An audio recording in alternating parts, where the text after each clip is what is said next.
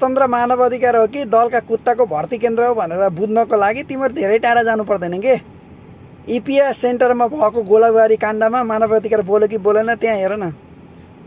3 गुणे घटनामा एउटा पत्रकारलाई जिउँदै जलाउँदा, एउटा चेलीको खुट्टा काट्ने अवस्थामा जाँदा र एउटा युवाले चाहिँ मृत्युवरण गर्दा त्यो मानव अधिकारले कानमा तेल हाल्यो कि हालेन हेर न केटा हो।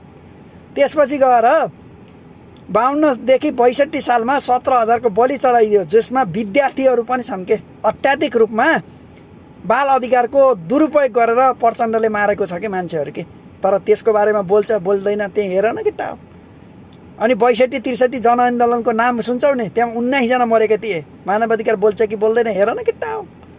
गौर हत्याकाण्ड भन्छौ नि, जो माओवादीका कार्यकर्ता र उपेन्द्र यादवका कार्यकर्ता एक आपसमा लडेर 200 भन्दा बढीको मृत्युवरण गरेका थिए कि। त्यसको बारेमा बोल्छ बोल्दैन के।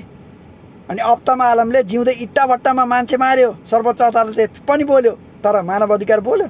सुन्यौ? सुन्दैनौ।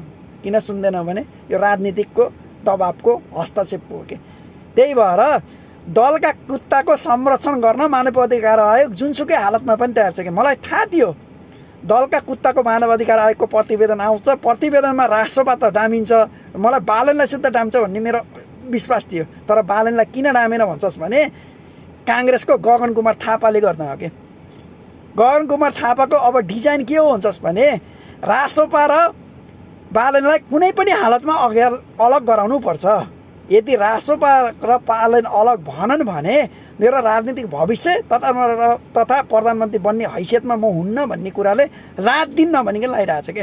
नत्र भने बुझ्न, संसदमा अर्जुन केसीले आयोगको प्रतिवेदन सार्वजनिक गर भन्छ। त्यसको 2 दिन अघिल्तिर गगन कुमार थापाले सार्वजनिक सम्मतिमा गएर आयोगको प्रतिवेदन सार्वजनिक गर भन्छ। अनि त्यसको ठ्याक्कै 1 हप्तापछि मानव अधिकार आयोगले अकस्मात नेताहरूलाई चाहिँ डामेर प्रतिवेदन सार्वजनिक गर्छ के। अब त्यो खुद भनिरहेछ विद्यादेवी भण्डारीले एमालेका कार्यकर्ताहरू गएर विद्यादेवी भण्डारीको खल जलाइदियो भनेर के। खुद भनिरहेछ गगन कुमार थापाले एमालेका कार्यकर्ताले आएर, एमालेका वडा अध्यक्षहरूले आएर चाहिँ मेरो घर जलायो भने।